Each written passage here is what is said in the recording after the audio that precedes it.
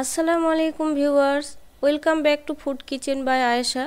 আজকে আমি আপনাদেরকে দেখাবো ঘরে থাকা মশলা দিয়ে ঘরোয়া পদ্ধতিতে বিয়ে বাড়ির স্বাদের চিকেন রোস্ট। আশা করছি আজকের রেসিপিটি আপনাদের কাছে অনেক ভালো লাগবে। রেসিপি ভালো লাগলে চ্যানেলটি সাবস্ক্রাইব করে নিয়মিত চ্যানেলের সাথেই থাকবেন। এজন্য প্রথমে আমি এখানে 1 টেবিল চামচের মতো গুঁড়া দুধ নিয়েছি আর তার সাথে আমি 1 কাপ গরুর দুধ মিশিয়ে দিচ্ছি। আপনারা চাইলে গুঁড়া দুধ স্কিপ করে শুধু গরুর দুধ মিশিয়ে নিতে পারেন। অনেকের কাছে গরুর দুধ দিয়ে রোস্ট তৈরি করার সময় গরুর দুধের ছানা কেটে যায়, কিন্তু আজকে আমি এমন একটা সহজ পদ্ধতি বলে দেব যেটা করলে আর ছানা কেটে যাবে না। এখানে আমি 1 টেবিল চামচের মতো ভিনেগার মিশিয়ে নিলাম। ভালো করে নাড়াচাড়া দিয়ে মেশানো হয়ে গেলে এটাকে আমি এক সাইডে রেখে দিচ্ছি। হাতের কাছে যদি ভিনেগার না থাকে তাহলে দুধের মধ্যে লেবুর রস দিয়ে দিলেও হয়ে যাবে। চিকেন রোস্ট তৈরি করার জন্য এখানে আমি চিকেন নিয়েছি 4 পিস, রোস্টের সাইজ করে কাটা। লবণ দিয়ে দিচ্ছি এখানে আমি 1.5 চা চামচ। এ পর্যায়ে লবণের পরিমাণটা বেশিই দিতে হবে, তা না হলে চিকেনের মধ্যে ভালোভাবে লবণ প্রবেশ করতে পারবে না। লবণ মাখানো হয়ে গেলে এটাকে আমি ঢেকে 10 মিনিটের জন্য সাইডে রেখে দিচ্ছি। তারপরে এখানে আমি রোস্টের যে মশলা বানানোর জন্য এখানে নিয়েছি এলাচ, কালো ফল 2টা, কয়েকটা লং, জয়ফল, জয়িত্রী আর গোলমরিচ আর সাদা এলাচ। এগুলোকে আমি চুলায় দিয়ে হালকাভাবে টেলে নেব। তারপরে এটাকে আমি ব্লেন্ড করে নিচ্ছি। ব্লেন্ড করা হয়ে গেলে এটাকে অনেকে আপনারা চেলে নিতে পারেন, কিন্তু আমি চেলে না নিয়েই ব্যবহার করব। যতটুকু দরকার ব্যবহার করার পরে বাকিটাকে আমি এয়ারটাইট বয়মে রেখে দিয়ে পরবর্তীতে ব্যবহার করব। তেল ভালো মতো গরম হয়ে এলে তেলের মধ্যে চিকেনগুলো দিয়ে দিচ্ছি। চিকেনটা হাই ফ্লেমে রেখেই ভাজতে হবে, কারণ লো ফ্লেমে চিকেন ভাজলে চিকেন শক্ত হয়ে যাবে। হাই ফ্লেমে রেখে এটাকে ভাজতে হবে লালচে করে, তাহলে চিকেন সফট থাকবে ভেতর থেকে, শুধু উপরের অংশটা লাল হবে। এজন্য চিকেনটা খেতেও ভালো লাগবে, দেখতেও বেশ সুন্দর লাগবে।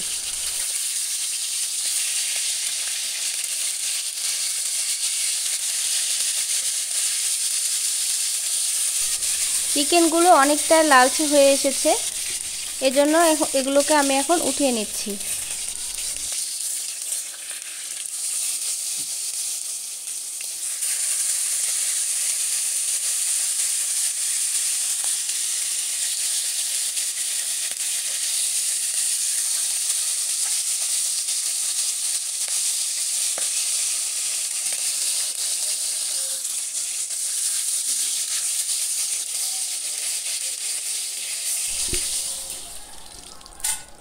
চিকেন ভাজা তেলের মধ্যে 1 কাপ পেঁয়াজ কুচি ভেজে বেরেস্তা করে নিতে হবে।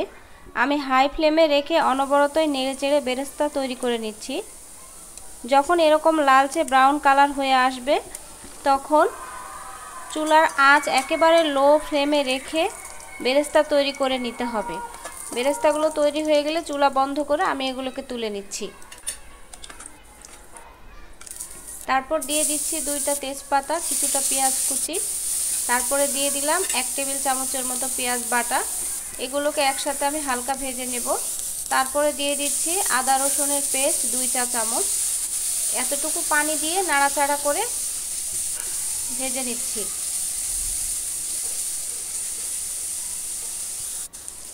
তারপরে এখানে আমি এক চামচের মতো গুঁড়া মরিচ দিয়ে দিলাম। তারপরে ভেজে রাখা যে মশলা গুঁড়া করে রেখেছিলাম সেটা দিলাম 1 চামচ, ধনিয়া গুঁড়া 1 চামচ আর জিরার গুঁড়া 1 চামচ। তারপরে এগুলোকে পানি দিয়ে আমি ভালো মতো অনেকটাই কষিয়ে নিব। এই মশলা কষানো অবস্থায় যদি আমি এখন পানি না দিয়েই লিকুইড বানানো যে দুধটা পাশে রেখে দিয়েছিলাম সেই দুধ যদি এখানে দিয়ে দিই তাহলে আমার দুধে ছানা কেটে যাবে। এজন্যই আগে আমি কিছুটা পানি দিয়ে দিলাম, তারপরে আমি এই দুধটা অ্যাড করব, তাহলে ছানা কেটে যাওয়ার ভয় থাকবে না। এখন দুধ আর পানি এগুলো শুকিয়ে যাওয়া পর্যন্ত আমি কষাতে থাকবো। আর এখন দিয়ে দিচ্ছি পরিমাণ মতো লবণ। খেয়াল রাখতে হবে রোস্টেড চিকেনে আমরা অনেকটাই লবণ দিয়েছিলাম, সেই হিসেবে এখানে লবণ দিতে হবে।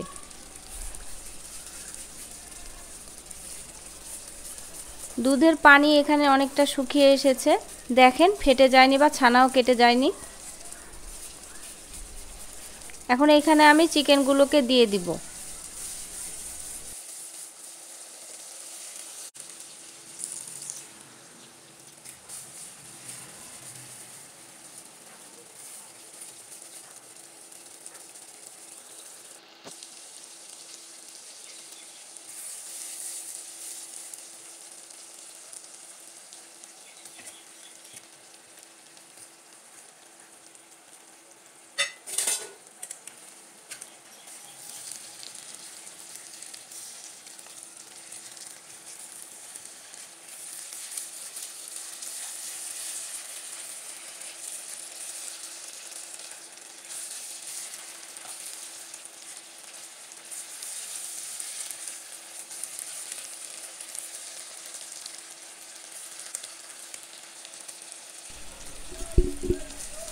মশলার সাথে চিকেনটাকে ভালো মতো ভেজে নিচ্ছি।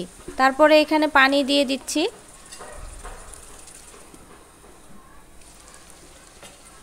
অল্প এতটুকু পানি দিয়ে তারপরে আমি কিছুটা কষিয়ে নিব।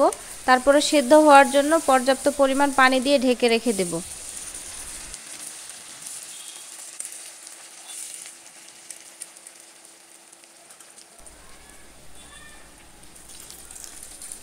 দেড় কাপের মতো পানি আর 1 কাপের মতো দুধ, লিকুইড দুধ দিয়ে দিচ্ছি।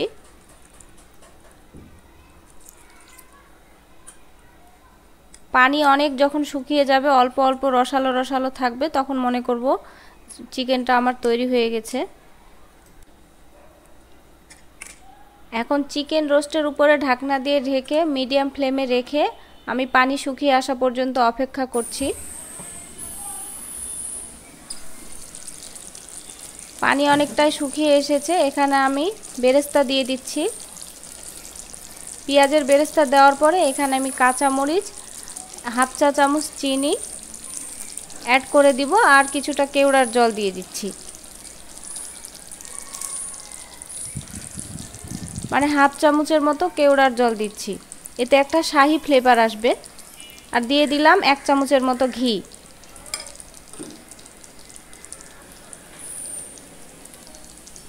এভাবে ঢাকনা দিয়ে ঢেকে আমি 15 মিনিট রেখে দেব দমে। 15 মিনিট পরে এটা খাওয়ার জন্য তৈরি হয়ে যাবে।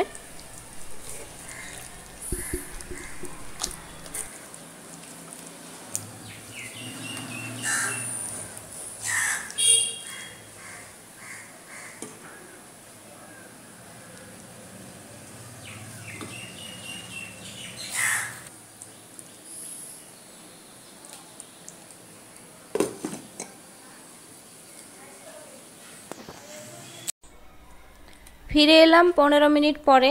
বেড়ে দেখাচ্ছি কতটা সুন্দর হয়েছে।